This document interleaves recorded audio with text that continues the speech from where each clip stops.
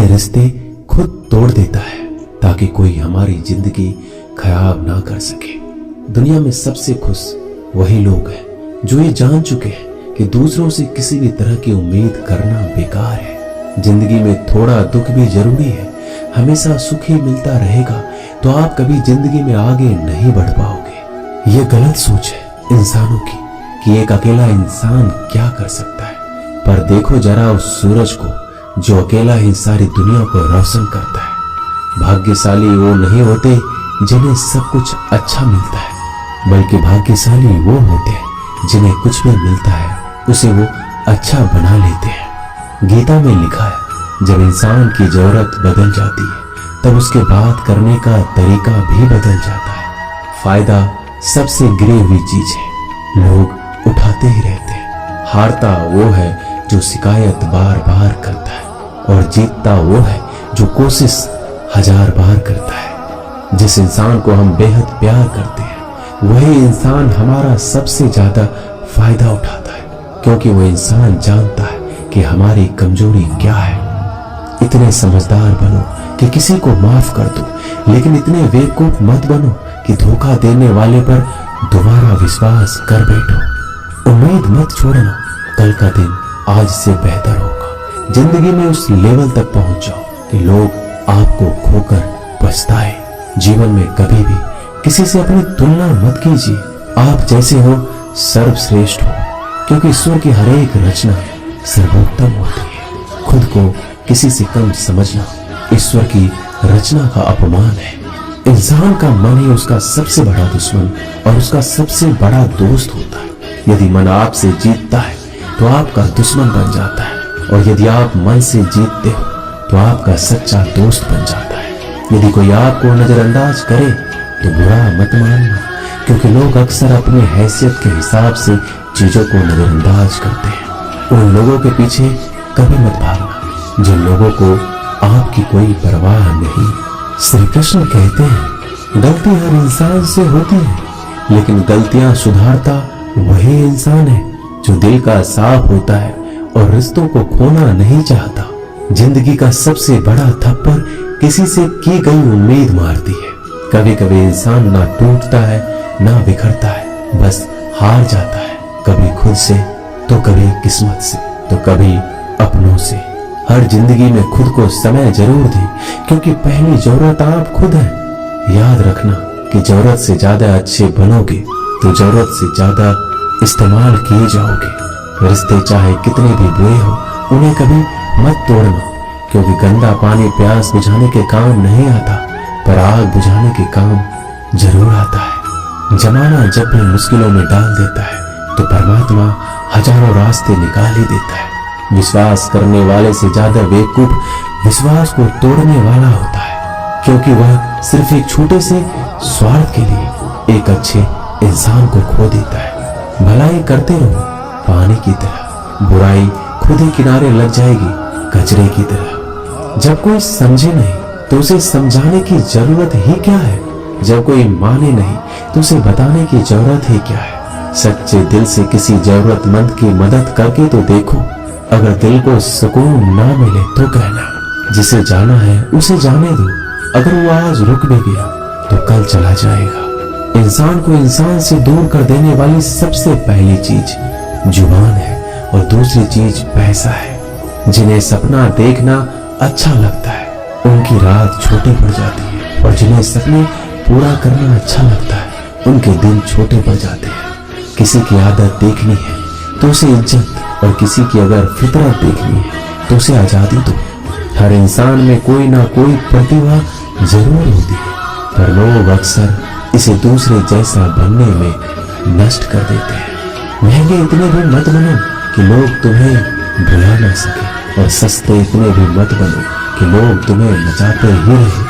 खामोशियां कभी बेजुबान नहीं होती। कुछ दर्द ऐसे होते हैं जो आवाज तक छीन लेते हैं। आजकल के लोग आपकी एक गलती के पीछे आपकी सारी अच्छाइयां भूल जाते हैं। जितने लोगों को समझाते जाओगे उतना ही अकेलापन और भी अच्छा लगता जाएगा। खत्म हो जाएंगे वो भी रिश्ते जिनसे मिलकर लगता है कि ये उम्र भर साथ देंगे। श्री कृष्ण कहते हैं, अहंकार अहंकार किसी भी चीज का हो, सर्वनाश करके ही छोड़ता है। खाली वक्त में तो हर कोई बात कर लेता है। प्यार तो तब होता है जब कोई आपसे बात करने के लिए आपका अपना सारा वक्त खाली कर दे। सब कुछ ठीक करने का इंतजार करोगे तो बैठे ही रह जाओगे। आप हिम्मत करो, खुद उठो, अपनी जिंदगी में सब कुछ ठीक कर दो। लोग पहचानना ही भूल जाए, इससे पहले अपनी पहचान बना लेनी चाहिए। एक बार एक राजा ने भगवान श्री कृष्ण का मंदिर बनवाया और उसमें मूर्ति की पूजा करने के लिए एक पंडित को रखा। हर रोज अपने मंत्री से कहकर मंदिर में एक माला भिजवाता था और पंडित जी को वो माला श्री कृष्ण को चढ़ाना होता था। उसके बाद राजा जब दर्शन के लिए आता था तो पुजारी वो माला भगवान की मूर्ति के ऊपर से निकालकर राजा के गले में पहना देता। कई सालों तक ऐसा चलता रहा। पंडित जी अब बूढ़े हो चुके थे। एक दिन राजा की तबीयत खराब हो गई। उसने अपने सेवक को कहा कि तुम जाकर पंडित जी को माला दे आओ और उनसे कहो कि आज मेरी तबीयत खराब है, मैं आज मंदिर नहीं आ सकता, तो प्रतीक्षा ना करे। फिर राजा का सेवक वो माला लेकर पुजारी के पास गया और पूरी बात बता दी। पुजारी जी ने वो माला मूर्ति को चढ़ाई और सोचने लगे, इतने सालों से ये परंपरा चली आ रही है, लेकिन मैंने कभी भगवान का माला उतारकर खुद नहीं पहना। शायद आज भगवान की यही इच्छा है कि ये माला मैं पहनूं, इसलिए भगवान ने आज राजा को नहीं भेजा। इसलिए आज अच्छा मौका है, ये माला मैं निकाल कर खुद पहन लेता हूं। फिर उस पंडित ने भगवान की मूर्ति से माला निकाल कर खुद पहन ली। इसी बीच राजा का सेवक दौड़ के पंडित के पास आया और पंडित जी को कहने लगा कि राजा जी को ठीक नहीं लग रहा है, उनकी तबीयत और बिगड़ गई है, इसलिए अब वो प्रभु को दर्शन करना चाहते हैं। वो आ रहे हैं, उनकी सवारी जल्दी अभी मंदिर में आएगी। उन्हें लगा कि ये परंपरा कहीं टूट न जाए, इसलिए वो आज भी मंदिर में आ रहे हैं। जब पंडित जी को इस बात का पता चला तो उन्होंने फटाफट माला अपने गले से उतारी और जाकर फिर से भगवान की मूर्ति को चढ़ा दी। फिर कुछ देर बाद राजा वहां आए और रोज की तरह पंडित जी ने भगवान के ऊपर से माला निकाली और राजा को पहना दी। अब राजा ने उस माला को देखा तो उस माला में एक सफेद बाल नजर आया। राजा ये समझ गया कि ये बाल पंडित का है। राजा ने पुजारी से पूछा, क्या ये माला आपने पहनी थी? इसमें सफेद बाल कहां से आया? यह सुनकर पुजारी जी घबरा गए। उन्हें लगा अगर मैं सत्य बता दूं तो राजा मुझे दंड देंगे, इसलिए वह पुजारी ने कहा यह बाल तो श्री कृष्ण का है। राजा को सुनकर बहुत ही गुस्सा आया। उसने कहा तुम झूठ बोल रहे हो, भगवान के बाल सफेद कब से होने लगे? राजा ने कहा मैं फिर कल आऊंगा और श्रृंगार के समय देखूंगा कि उनके बाल सफेद हैं या काले। अगर बाल काले निकले और सफेद नहीं निकले तो आपको कल ही मृत्यु दंड दिया जाएगा, क्योंकि आपने मुझसे झूठ बोला है। राजा ये कहकर वहां से चला गया। इधर पुजारी भगवान के चरणों में गिरकर रोने लगे कि हे प्रभु मुझे माफ कर दीजिए, मैं लोभ में आ गया था, मुझे लगा मुझे ये माला पहन लेनी चाहिए, मुझे बचा लीजिए, नहीं तो कल राजा मुझे मार देगा। वो पुजारी पूरी रात भगवान के चरणों में गिरकर रोने लगा, विनती करने लगा कि प्रभु मुझे बचा लीजिए। अगली सुबह राजा मंदिर पहुंचा। राजा ने भगवान की मूर्ति के ऊपर से मुकुट निकाला और उनके बाल देखे। राजा चौंक गया क्योंकि भगवान की मूर्ति के ऊपर सफेद बाल थे।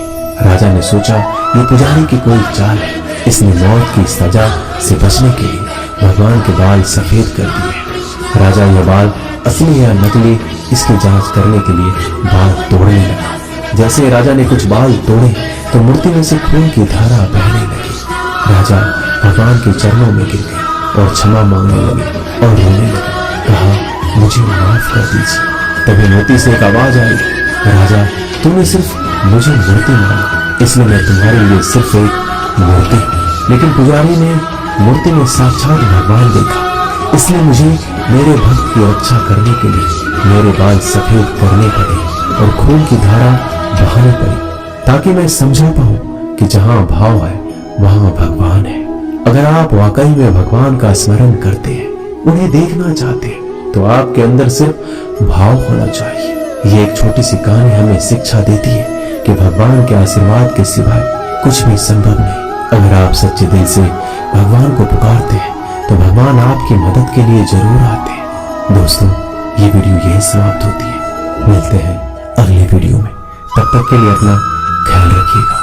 जय श्री कृष्ण।